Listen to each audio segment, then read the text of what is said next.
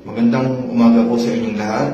Unang-una po ay humihingi po ako ng pasensya sa mga nakapanood doon sa videong nag-viral doon sa batang nagtitinda ng sampagita.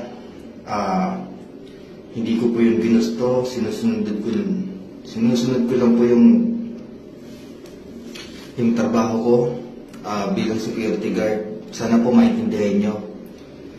Pero doon po sa napanood ko na video, yung tatay ng bata nagsalita na. Sabi niya, isa daw siya mabait na magulang. Okay, ito lang po yung sa loobin ko. Kung magulang po kayo, sana nagpaka-magulang po kayo. Hindi niyo po sana pinapayagan yung anak niyo na nagtitinda kung saan-saan. At saka doon sa bata na sabi niyo ay bata yun, makulit. Opo, makulit nga po at bata. Sa totoo po ay nakulitan na po ako sa kanya. Bilang pagsunod ko sa trabaho o sa pagsunod ko sa nakakataas sa akin, sinaway ko ito yung bata. Pero ayaw po magpasaway ng anak niyo. Hindi ko po talaga ginusto yung nangyari. Inuulit ko po. Doon po sa nagsasabi na wala daw akong awa. Inuulit ko po, sumusunod lang po ako sa utos.